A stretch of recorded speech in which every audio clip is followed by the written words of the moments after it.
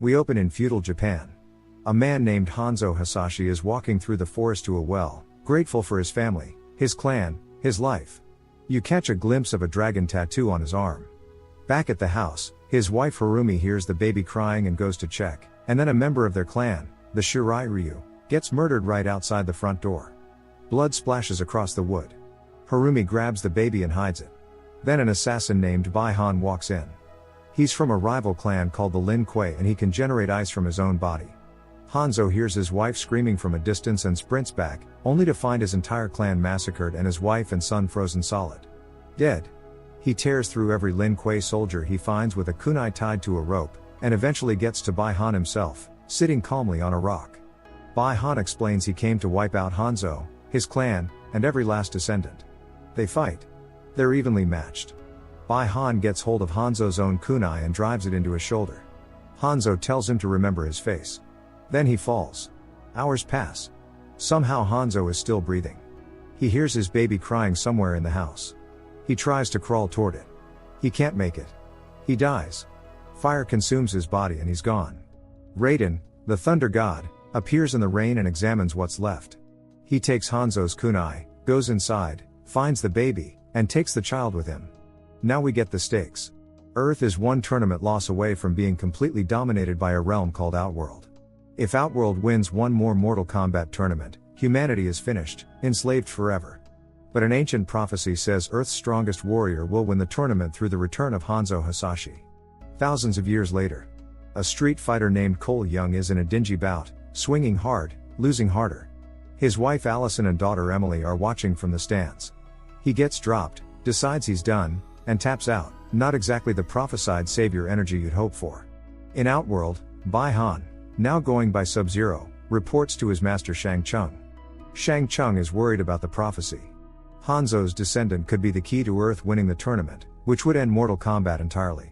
Sub-Zero tells him not to worry, he killed every last Hasashi descendant himself back in feudal Japan. Shang Tsung isn't satisfied.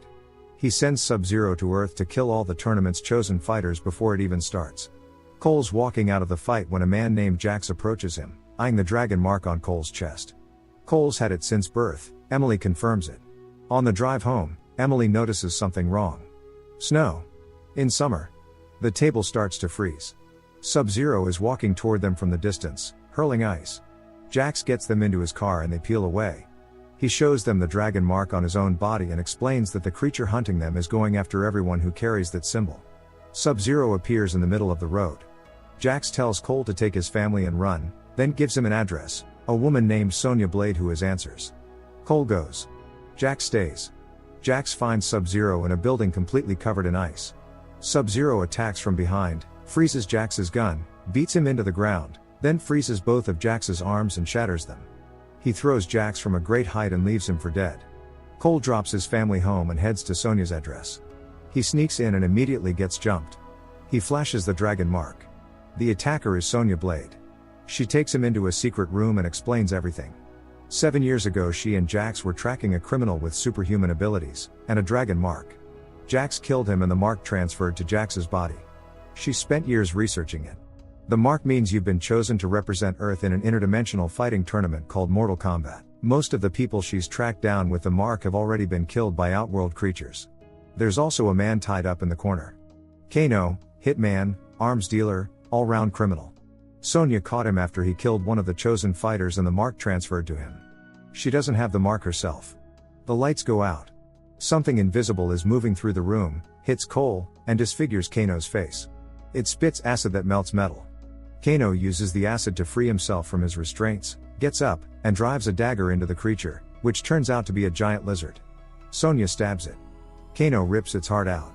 Sonya searches through some burnt papers for the location of Raiden's temple, where Earth's fighters train before the tournament. They're destroyed. Cole says he knows where it is. He used to run weapons through that area. Kano wants nothing to do with any of it. He was tied up, stabbed, and had his face wrecked by a lizard monster. Sonya offers him $2 million outside. He pushes it to 3, she accepts. Cole quietly asks if she actually has 3 million. She does not.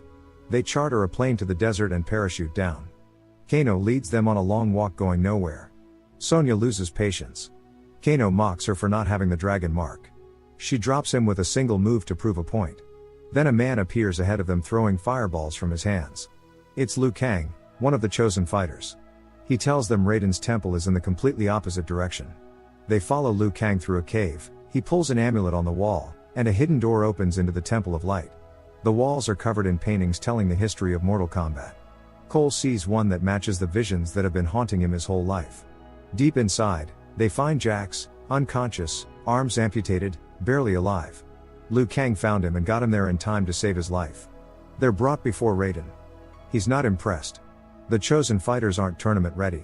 One of them doesn't even have the dragon mark. He explains the stakes again, one more loss and Earth falls to Outworld forever.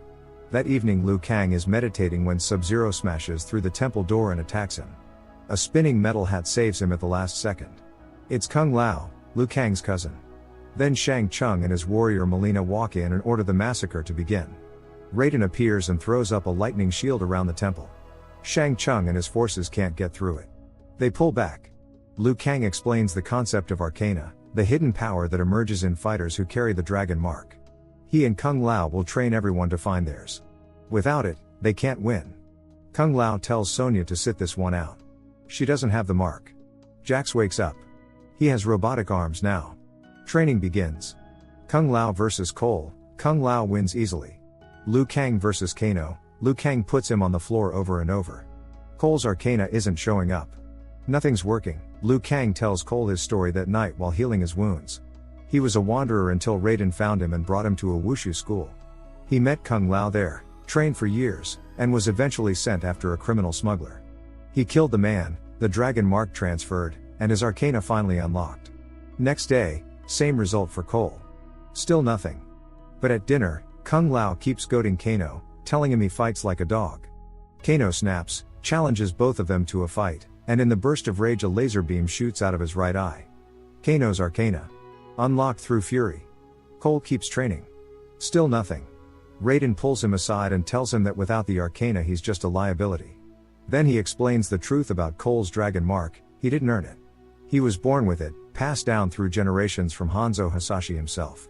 After Hanzo was killed by Sub-Zero his soul went to the Netherrealm, but Raiden saved one of his descendants and the mark passed through the bloodline all the way to Cole. Raiden tells him to go home.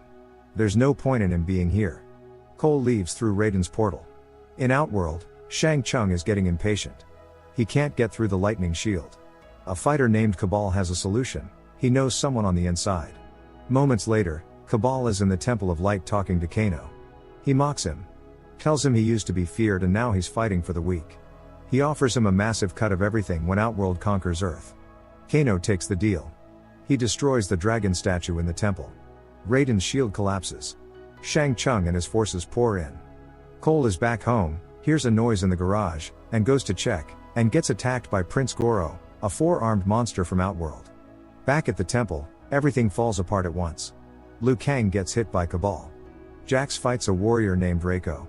Sonya fights Melina. Melina realizes Sonya doesn't have the dragon mark and walks away, then Kano throws Sonya across the room and drops a statue on her.